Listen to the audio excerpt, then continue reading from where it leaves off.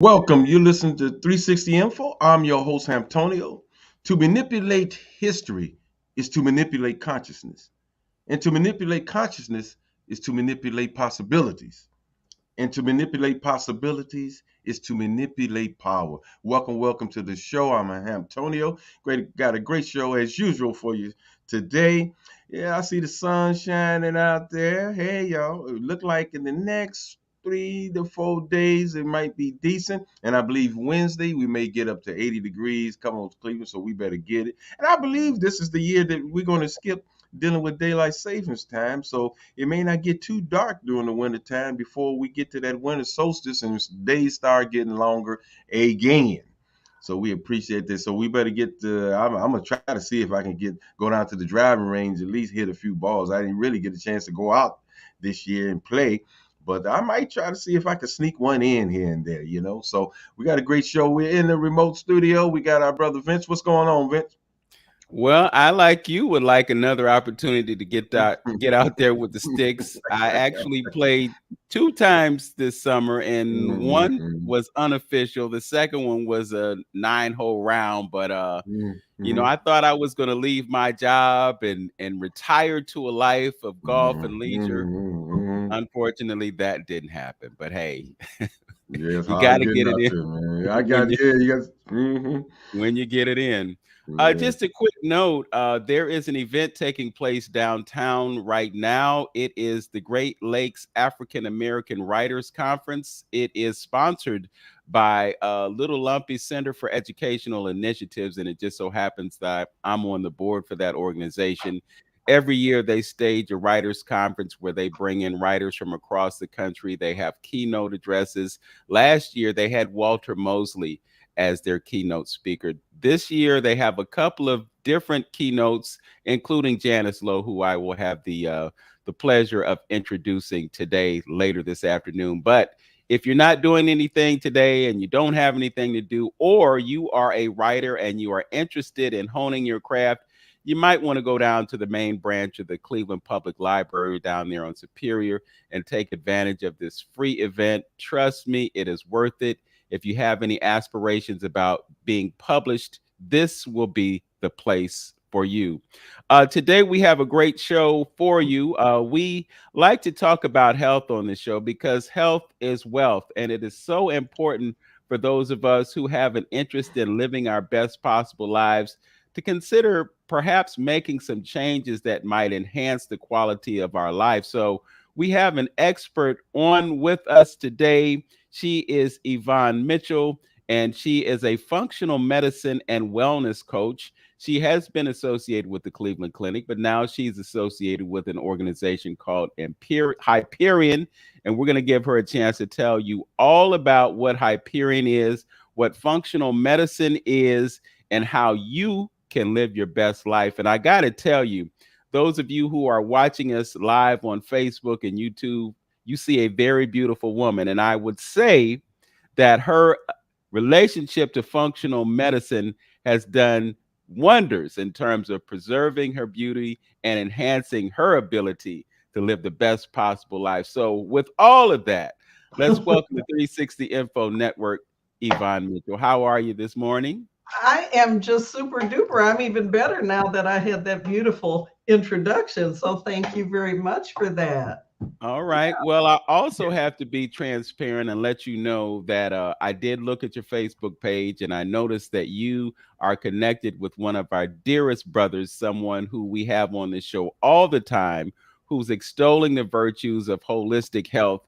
His name is Dr. James Brown. And as you have just shared with us a few moments ago, you've actually come up with Dr. Brown. You're traveling in, I guess, congruent lanes, so to speak, because of your focus on holistic medicine and everything. So if you know what he knows, or you know anything close to what he knows, then you are definitely a wealth of information.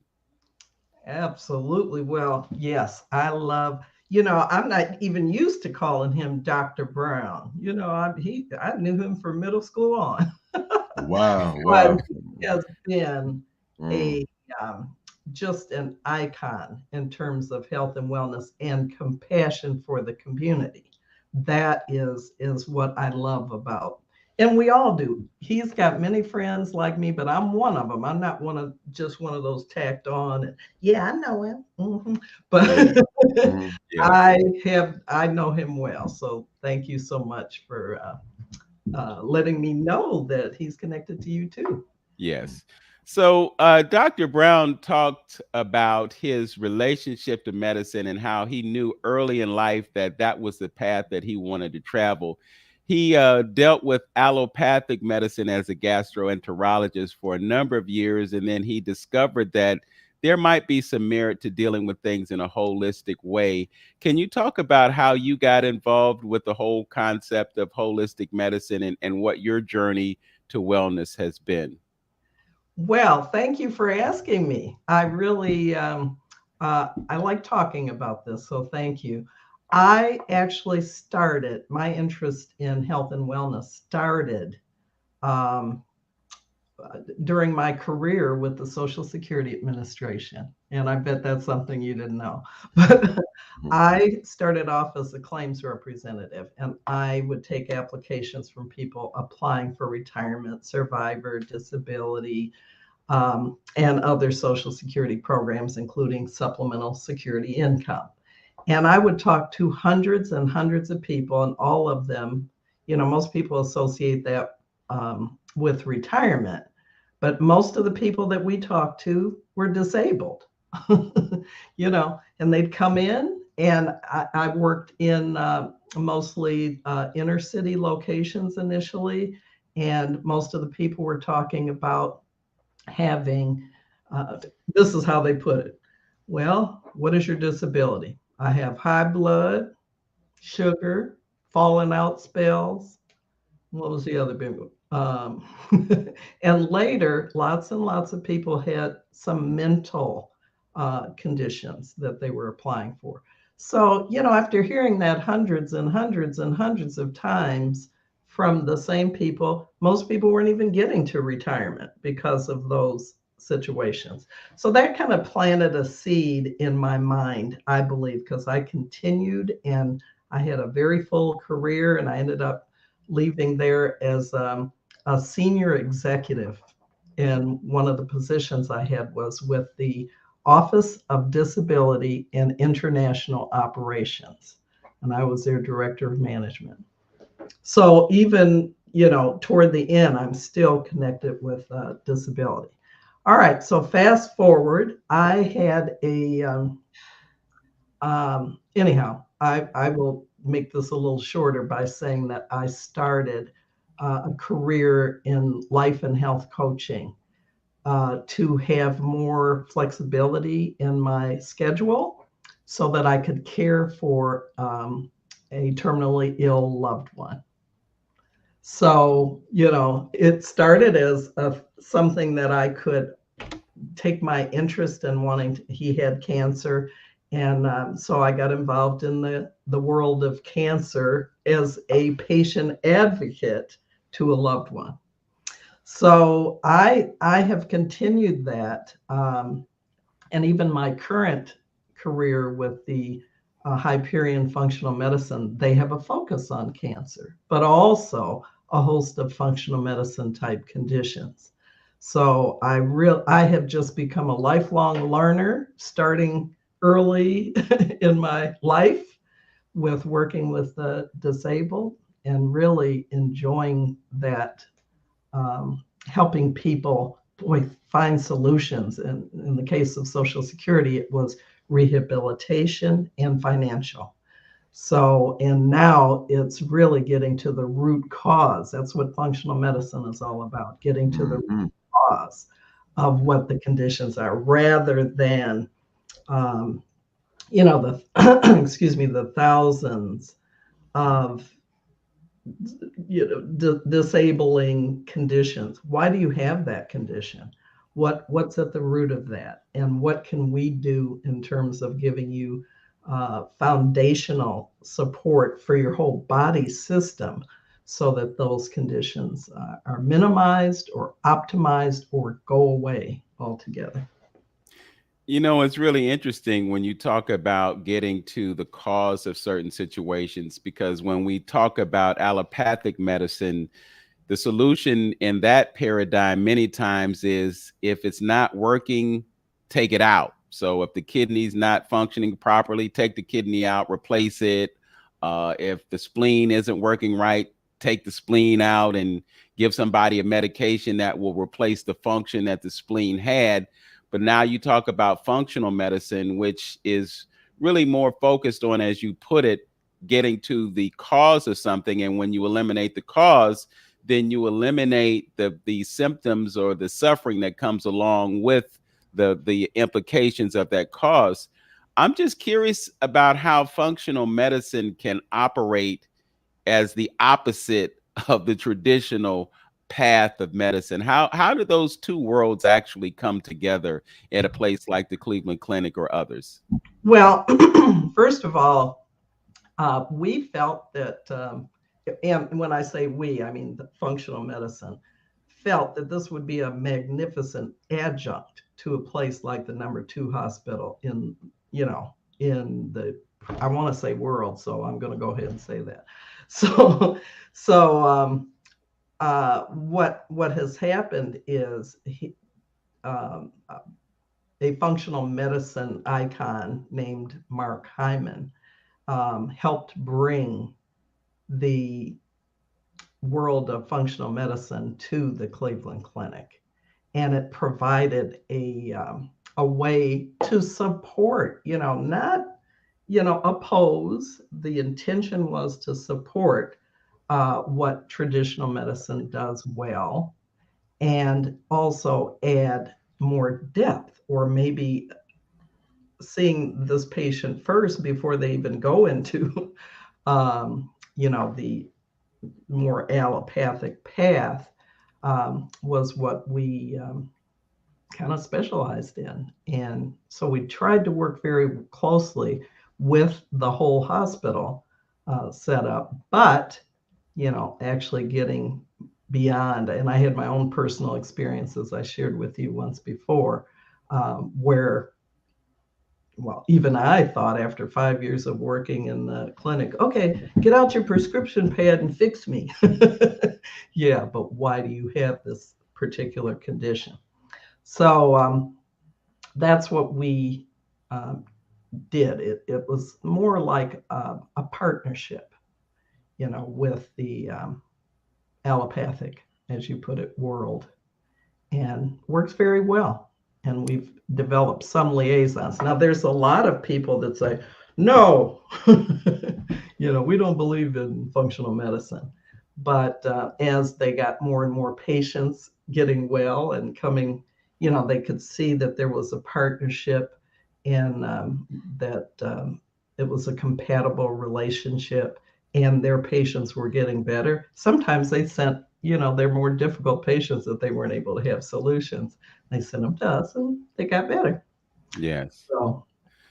So We've had conversations before. I've been privileged to have you on other programs, and I recall you saying that there came a point in your life where you had to take advantage of functional medicine. Can you talk about how functional medicine actually rescued you? yes, I will, because I was working there, and all of a sudden I was like very fatigued, and I also had what like essential tremor, and I had some brain fog that was going on. And I said, well, I've been working a really long time, so maybe that's what's happening. That's the new me, my new normal. So I decided I would work from home, and I think that's when I started doing some other things on my own. But I didn't feel any better after leaving my full-time work assignments. And so I said, I'm going to get a workup in functional medicine, because I kind of felt like, well, maybe it's kind of a blood sugar balance issue, or maybe it has something to do with who knows what. Maybe I'm developing Alzheimer's or something. So anyway, long story short, I signed up, and I said, I know whatever it is going to be minor, so I'm going to, just make sure, just give me whoever is the first available. So it turned out to be a newer doctor who I didn't even know prior to leaving the functional medicine. And she did pretty much the usual workup, and more importantly, the intake process, which is quite thorough. So it got back to, how long have you had this? How were you born? How did you come out of the womb? To present and kind of tied that into major events that took place in my life to see if they were related. But meanwhile, based on the testing and the other things that I had, they determined that I had a very significant kidney problem. Who knew? As far as I knew, I didn't have any symptoms, but those were the symptoms. Those things that I was experiencing were symptoms of a growing concern with kidney failure. So, but they didn't stop there. And that's what's different about functional medicine. They didn't stop with, you have a kidney problem, and so here's what you should do. And, we'll wait until your condition gets worse, and then we'll do something more, or here's some pills to take or whatever. They said, but why do you have a kidney problem? There's nothing in your background that would indicate that, no family history, nothing like that. So anyhow, they decided to do some further testing with me, and they found a term that some of your viewers may have heard before, found a little leaky gut, where things were getting into my blood system that weren't supposed to be there. And so, that was a little more than my body could handle. And more importantly, they found that I had mycotoxin, which is the byproduct of what happens when you're exposed to mold.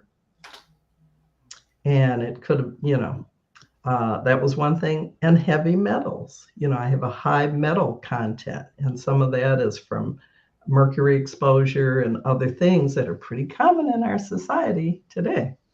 So instead of, and they felt that my body had just gotten to the point where it could no longer filter all that stuff through my kidneys. My kidneys said, I did everything I can do, and I'm tired. So I'm getting ready to fall apart here. So they worked on getting my gut healthier and to clear out my toxin pathways so that, I could function normally. And I got literally back up to about 80% functionality. And I believe I had a second re-exposure. So I'm still working on getting back up to that. I'm way better. The brain fog's gone, the fatigue. You can see I'm pretty high energy, and my brain functions pretty well 90% of the time. So that's what they did, and I was delighted. And as it turns out, the person who I had as a functional medicine practitioner had been a nephrologist, which is a kidney doctor before. But that's not why she found it. She just did the functional medicine stuff. And what was found was the kidney problem. And instead of her pulling out her prescription pad and sending me down the path that she would have as a nephrologist, she asked the important functional medicine question, which is, but why is that you have that condition? Yes. The why is something that we are faced with on a continual basis, just based on the nature of our environment. You talked about your exposure to mold and other toxins. And when you think about the level of toxicity that we live with, and the fact that many times we don't detoxify, there are just important things that we can be doing right now to reduce the impact of toxins in our environment. So I'd like to talk about some of the solutions when you talk about functional medicine and getting down to the core of causes and then effective treatment for those causes, which is an anti-profit type of thing. I mean, if you cure something, then you don't have to go to the drugstore and get that prescription filled every 30 days, as many people do. And then on top of that, folks are being treated for multiple things at one time. And this accumulation of pharmaceuticals in our system also increases the toxicity, because your liver is storing all these toxins, and your kidneys can't keep up with filtering all those things and eliminating them from your body. So let's talk about things that you can do to remove toxins from your body, and then we'll talk about some of the modalities that you work with within functional medicine to improve health. Okay. Well, I can talk about my situation as well as that of, many patients. In my case, they wanted to eliminate inflammatory foods from my diet, and I really was eating pretty well. Most people would say I had a healthy diet. However, there are some things that may be healthy for people that are not necessarily good for them, and based on how their body is functioning. So most people are started off with an elimination diet of some sort, and it could be a minor amount of elimination, or it could be significant, lots of categories of foods. In my case, it was pretty basic. They wanted me to eliminate gluten, dairy, um, you know, e- eggs, pork, beef, just as because those foods tend to be inflammatory and problematic for most people. They have a high degree of potential for inflammation for most people. So they have you eliminate all of that and more for a couple, 6 to 8 weeks. And at the end of that time, they have you do the most important thing, which is reintroduce those foods that have been eliminated for, one at a time for a couple days, just to see how your body, which is now kind of cleaned out and back to basics, and see how your body reacts. And the most amazing thing, none of the things that they eliminated for me, dairy, cheese, eggs, those meats, soy, a few other things. Absolutely. Prior to that, none of those foods bothered me. But once you're cleaned out and all these, your body's spending all kind of time beaten up, trying to get everything functioning, trying to deal with stuff that really is toxic for them, your body at that time, what they end up doing is, they go next door where they're eating burgers and fries and drinking Cokes. And, they gotta try and help them out till their systems fail as well. So when I'm all cleaned out and I start eating, like the first thing I wanted to reintroduce was eggs because I missed them, and I didn't get anywhere. I had. You look disappointed. You sound disappointed I about was. that. Oh no, but that was because my gut wasn't healed. Really, that just uncovered what my body was reacting to and spending all its energy trying to fight. So it was trying to fight those eggs, and I said, "Oh no, I've been waiting for 6 weeks to have some eggs." So anyway, that didn't work, and so I had to wait 3 days and leave that behind for a while and move on to the next thing. Every single thing that I tried. And there were things I didn't want to reintroduce. I didn't want to reintroduce beef or pork. And they insisted, because it was just, we want to see what your body, so that we can personalize your eating. So they had me reintroduce those things. And believe it or not, I didn't have a problem with that. But based on some needs that I had in terms of my own diet for kidney health, it's better that I not have meat.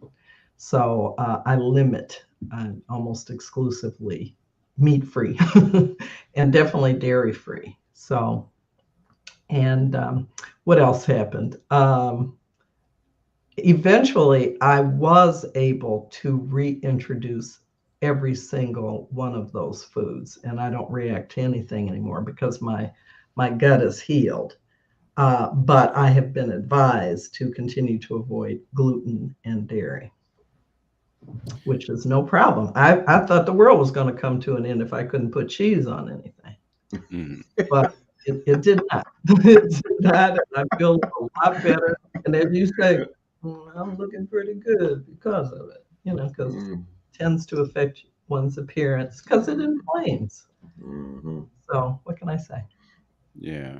All right, so let me continue. I just talked about, the step one, typically nutrition, and then helping you eat. There's a lot of dietary processes that you can follow after that. And if you happen to be vegan or vegetarian, they certainly can work with that. The other thing is to look at what you're doing in terms of exercise and movement, which is very important to almost any condition you might have. And everybody's heard that.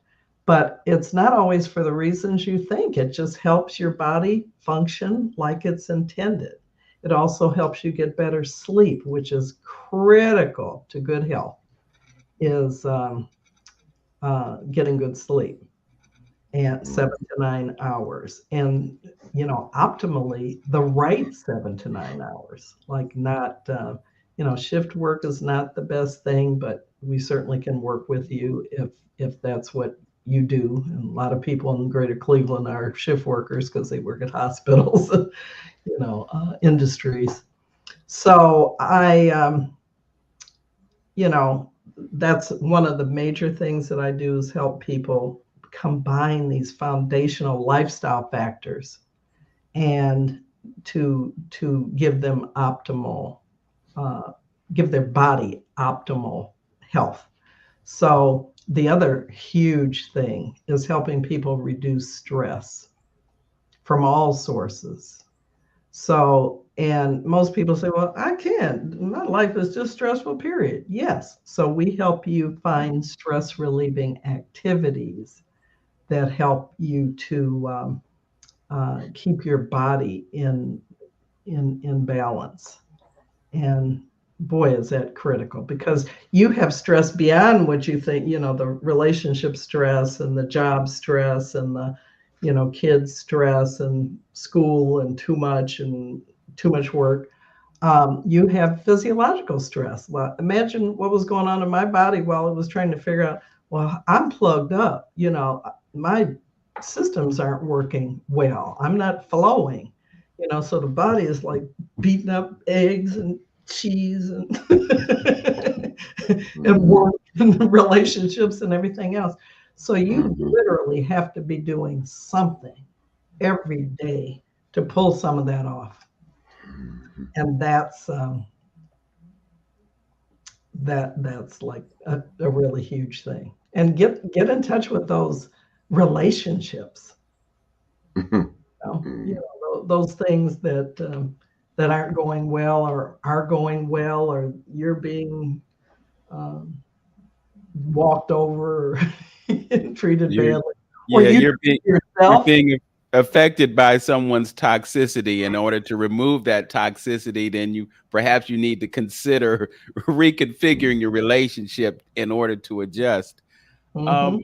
I want to talk to you about something that you just mentioned, in that you were encouraged to reintroduce things that could have been problems or not problems. And as you characterized it, there might be folks out there that are thinking, well, I can give up those things for 6 weeks and then I can heal my system and then I can come back and do those crazies again. I'm curious about where you are now, and that you said that you do have an ability to tolerate those things, but do you eliminate them, or do you continue to do them? Because the point of this question is, do you fully embrace a plant-based diet, or are you telling folks that they can, they can cheat, or they can do those things and still enjoy a certain level of health?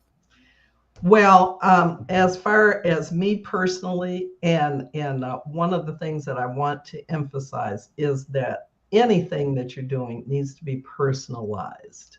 Like, um, there are certain things that you absolutely that are no go, and that's why they do the elimination and a reintroduction. They're just no go, don't do it. And mine is dairy. Don't do dairy. Done. Anything else is kind of optional. But because I have a kidney sensitivity, protein from meat is kind of less desirable. I have been told that I could have meat on a limited basis, um, but with the idea of watching watching my kidneys decline. So I'm kind of opting to maximize the vegan totally plant-based and go a step further and be vegan. So that's kind of where I am headed. It's not that I absolutely never have anything, but I found that the only reason I was enjoying quote meat was because of the salt and pepper I could put on it. Mm-hmm. And if you're limiting your salt intake, it just didn't taste good anymore. So, and then when you start doing that, you become aware of the fact that that's just your body screaming for things that aren't good for you. Like you get up in the middle of the night, well, I need some people have a sweet tooth. I don't, but I have a salt tooth. And my body can find like, go into that. Even though take a bite. So when and of course that isn't good for my um, kidneys. So to get off me for a moment, the the rest of the world needs to be personalized like that. You heard me say, I got a little kidney issue, I got this, I have a salt tooth, so we got to personalize it for me. And I didn't have, because I've been preaching this for so long, I didn't have any problem. They had a fight with me to get me to reintroduce foods in general. I was doing so well on not having that stuff. My energy was back, and my numbers were like really going up and doing well. My kidney function improved from like 40%, what they call EGFR, to 66, which is well back into the normal range. And I said, whatever did that, I don't want to mess it up. But they wanted me to find out so that my diet could be personalized. And I haven't lost any ground by reintroducing some things like gluten to a certain, just a little bit of that. I'm not going hog wild on it, but that stuff stays in your system. So that's something I would eventually like to rule out. And I do a lot of that, like my noodles and things like that are made from lentils. And, I use vegetables for my spaghetti. So that kind of thing. And the more that I will tell you, because one of the things you were hinting at as you were talking is, well, people, boy, okay, I did my 6 weeks, I'm good. Back to the burgers and the fries and the no. Then we get at what is the person's why? What do you want to achieve in terms of wellness and health and longevity? And why do you want that? Do you want that so you can see your grandchildren grow up, or because you want a second, third, and fourth career like Yvonne, or what is it that is motivating you? And so as your health coach, I get into your head about those things, and I connect, that desire for those chips to your desire to spend a long and healthy life. And I connect that, the desire to not want to have what the parents had, why we lost them, Mm. to your, need for temporary stress relieving activity involving food. You're going to use Mm. that as a stress relief. Right. So, or all that alcohol, as going to send you down a road. So we connect that. I don't force you to do it. I help you see why you want to do it. And then I meet you where you are, and we find a path to where you really want to end up. I see. Mhm. Brother Antonio, Oh, I yeah. know you got something that you want to ask her or tell her. So jump right on Absolutely. in, brother. Absolutely. Yeah. Again, first I like to say either about the allopathic method of doing something. I have to say that I'm not all in to their approach as far as the body is concerned, because it seems like the more and more I learn about the body, the more and more it seems like they tend to not to um, approach wellness in that particular Mhm. way, and how they look at the body, how the body functions, and I'm just making a statement in reference to that. How they look, how everything is interconnected with everything, and I guess the question, one of the questions would be about extraction. They tend to want to quickly extract something, and that's related. Oh, just take your spleen out, or take your tonsils out, or take this out, or remove that.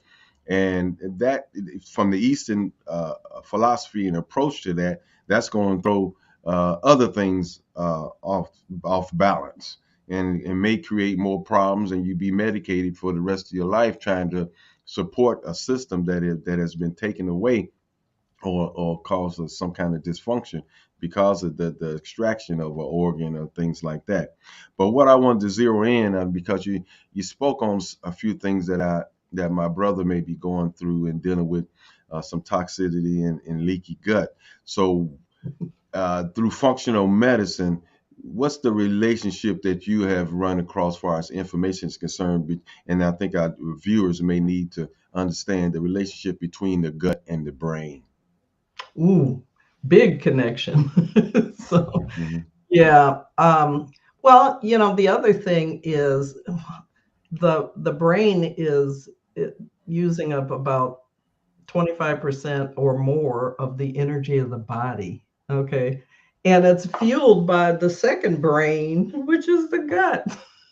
Mhm.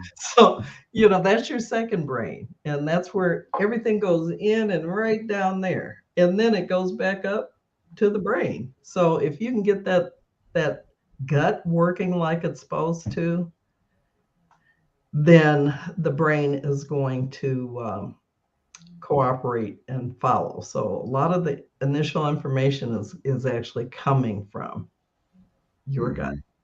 Mhm. Because of, I guess so. Could someone find themselves chasing their tail with symptoms if the gut system and bacteria is not correct? Because it can cause the brain to, I guess, to go through so many other different things and cause so many different symptoms in your body, and you trying to figure out what it was, but the origin of the problem is the gut. Absolutely. And that was the case for me. Remember what I said about brain fog? And I was being nice. Mhm. Like Mhm. I Mhm. could let's see, what is that word? It's got leaves, and it's got branches. And what do you call it? Oh, it's a tree. Okay. Mhm. And sometimes it would be the following day that I would come up with what the actual word I was trying to find. And that was just ridiculous. So, and where did that come from? My leaky gut and my exposure to toxins. Mm, So, mm, mm, mm. all right. So, and as that situation improved, so did my brain. Okay. And Wow. that's why it's so important. People think they associate things like Alzheimer's and cognitive decline with the elderly and so forth. But that stuff starts early in life. And it starts with the very types of things that you're talking about, having a fully functioning body and gut, Mhm. so, fueling Mhm. the brain. So Just one other thing. I just want to jump in and say one more thing about just health and how I think I don't know. I just think this is a day and age where I think people need to be more in tune and take the time out to really know how their body works and function and operate, and not leave it in the hands of other folks. Because through my studies and research, and I used to sell herbs, and I used to be a iridologist, read eyes and things like that. And you find out, for example, like, you may not immediately want to treat a fever by depressing it. And your body is going through something by raising its normal body temperature to fight the bacteria. Those, I mean, little tidbits like that I think, common everyday people should know about the body and how it functions, rather than running to the store, getting some medicine right away. Kind of keep your eyes on things and understand it. Or even like your tonsils. Your tonsils, back in the day, they were so quick to just snatch your tonsils out.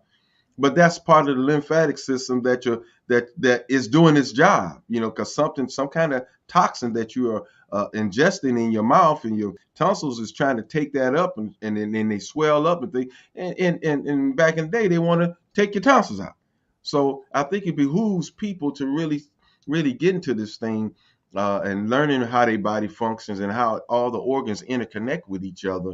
And it might come to a day where we might have to start growing our own stuff, and herbs and everything else, because medicine might be on another page. Well, that's interesting. I love your example, about that uh, fever situation, because sometimes, and I have to, that's a really good example of where, the right practitioner, even an allopathic, if they've got life in perspective, they studied all this stuff, but they don't always have it put together in the same way as a functional or integrative practitioner might. But they know about that. But, being able to do it in 7 to 15 minutes and come to the right conclusion is not always available to them either. So I'm not defending that, but I'm saying that's an excellent example of how the body is so amazing, and understanding more about it. And little by little, believe it or not, I really, because I'm in the functional medicine kind of side of things, and I'm, in all kinds of groups of people who are thinking this way, there are more and more people coming around. And even as we speak, my next door neighbor has a giant garden. And one of my other John F. Kennedy friends has a whole community garden set up. It's a little bit outside of Cleveland, but he has, to try and help people have real food and organic. Yeah. And that's the name we had to give food, because that's what all food used to be, was organic. Now we got to have a name for it. That's organic, and it costs more. That used to be free. That was the free stuff. It was what we grew in our backyard. That's organic. Okay. Yeah. So my next door neighbor has a garden, and he has what I call the pandemic babies. He has 2 pandemic babies, and one of them is now 2.5. And she's out there watering it. She got her own can, and he's training her to be a little farmer in the suburbs. And I'm sure when the new baby, who will be a year next month, the new baby, I'm sure she's going to be right there with it. And they're going to there'll probably be a third baby, just building a new health tribe. So a lot of that is going on. You're hitting everything at just the right time, and even your history of herbs and that kind of supplementation that you were talking about is coming to its peak right now. So I'm encouraged by where we're headed.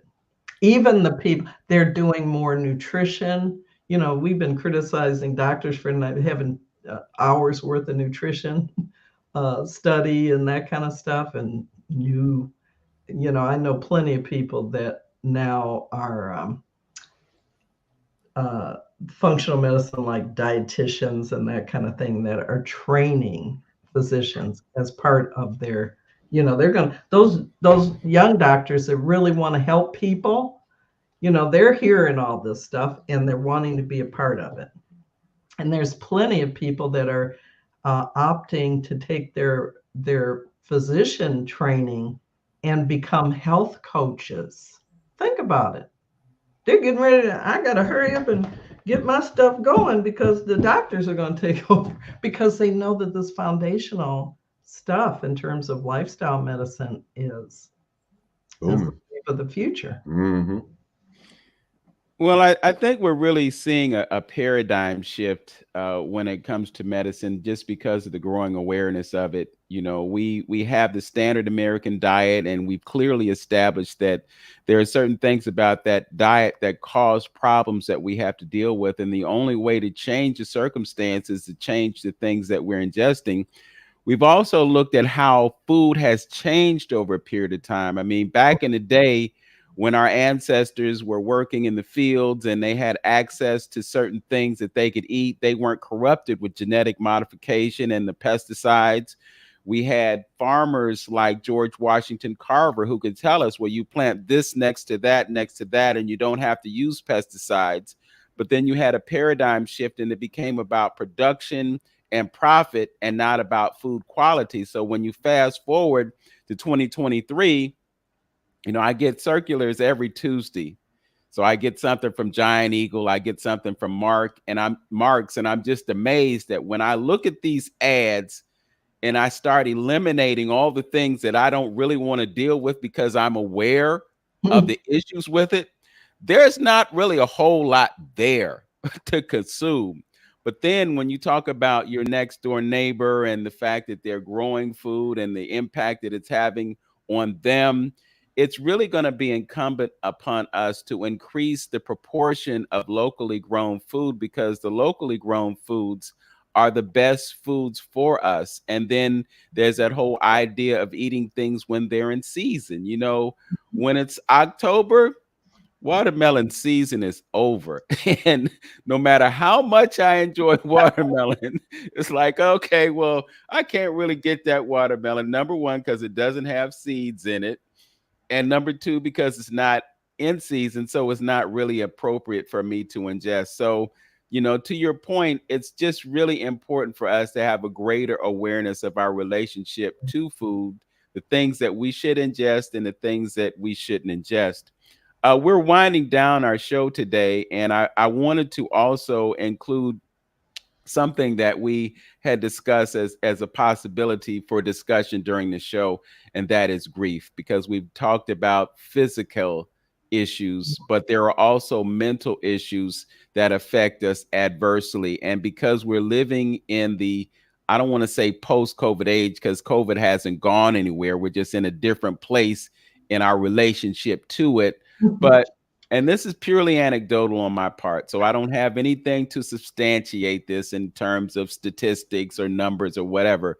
But it seems like we're seeing folks exiting a lot more frequently than we did a few years ago. And the consequence of that is that we're having to process losing our loved ones or being not associated with them in the physical sense as we were before. You have a practice that enables people to deal with processing grief in our lives, and I wanted to give you an opportunity to focus on that. Wow. Okay. Well, thank you very much. And you know what? There's a direct connection between my what I learned about grief and the work that I did at the Cleveland Clinic and now, because when I go back and look at that history for people, I ask about major events in their lives, losses, and invariably, and I can often pinpoint they're having had a major grief event to this chronic condition that they've now developed. And most people would not see that. But what's important to pass along to your viewers is the fact that grief is a natural and normal process. It's like so many other things that we've talked about today. And the only difference with grief is we're undereducated in terms of how to deal with it. It's a pretty significant mental and emotional issue. It's an emotional issue. And very often there are all these conflicts that we have. Like when somebody dies that's been long suffering, with an illness, and they die, and they are, the feeling is like, well, now they don't have to suffer anymore. But the other feeling is, but I can't bear to not have them in my life. And how do you deal with that? You're happy for them in one respect, but you're sad for yourself and for the whole rest of the world because they're gone. So helping people resolve that, I got involved based on my own grief experience. I think I mentioned that my fiance at the time, had terminal prostate cancer at diagnosis. They determined that they couldn't fix it. Okay. And he had weeks or months to live. So that's when I left Social Security and decided to be a life coach at that time. So anyway, long story short, I ended up learning a great deal about grief from taking a program called the Grief Recovery Method. And I became a grief recovery specialist, and I have found lasting value throughout my health career with helping people with grief. That's one of the major things that needs to be worked on in terms of helping people get back to health. So here's another point to that. People end up, when they're going through a grief experience, they go through things, what I call short-term energy relieving behaviors. That's like overeating and over drinking and excess spending and gambling and workaholism. And that's to kind of press down how they're feeling about the loss or the divorce or the job loss or the financial ruin and all of those things. And because we haven't been taught what we really need to do, which is complete the losses. And I learned about the grief recovery method and how to help people do that.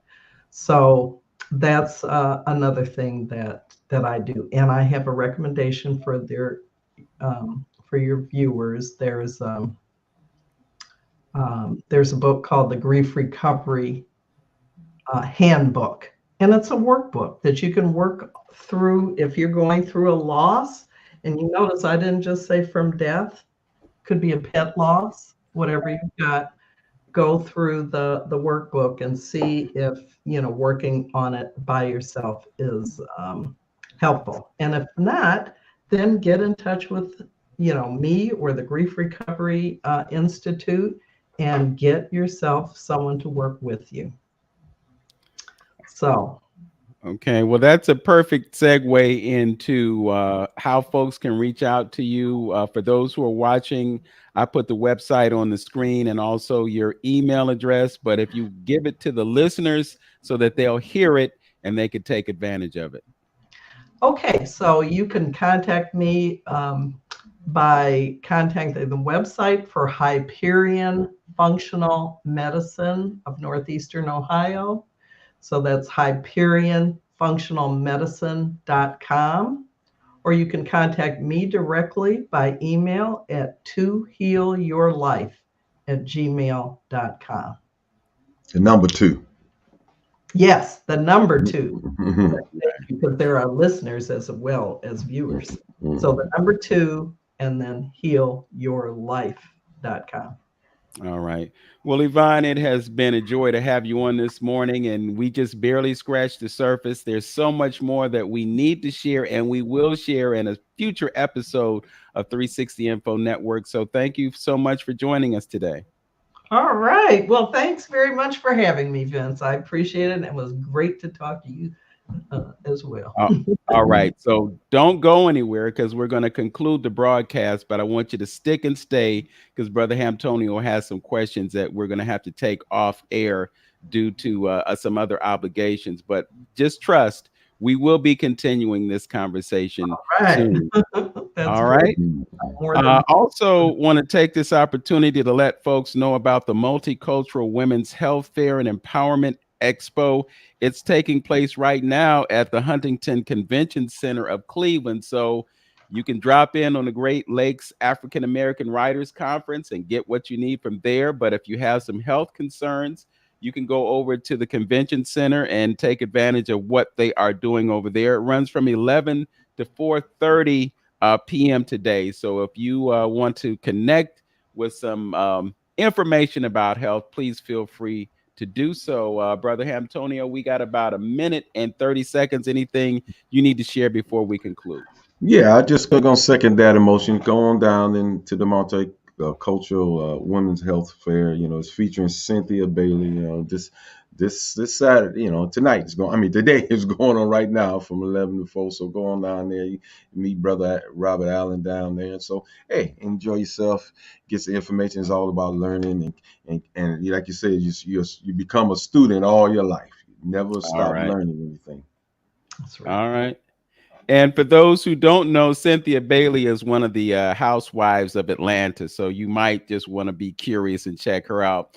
Also, before we conclude, I just want to thank our engineer, Tone Harley. Again, always the brother is dependable and he gets the job done for us. And we appreciate that so much. To those of you who are listening and watching, as always, know yourself, love yourself, be yourself, make today your best day. That's Peace. right. Peace.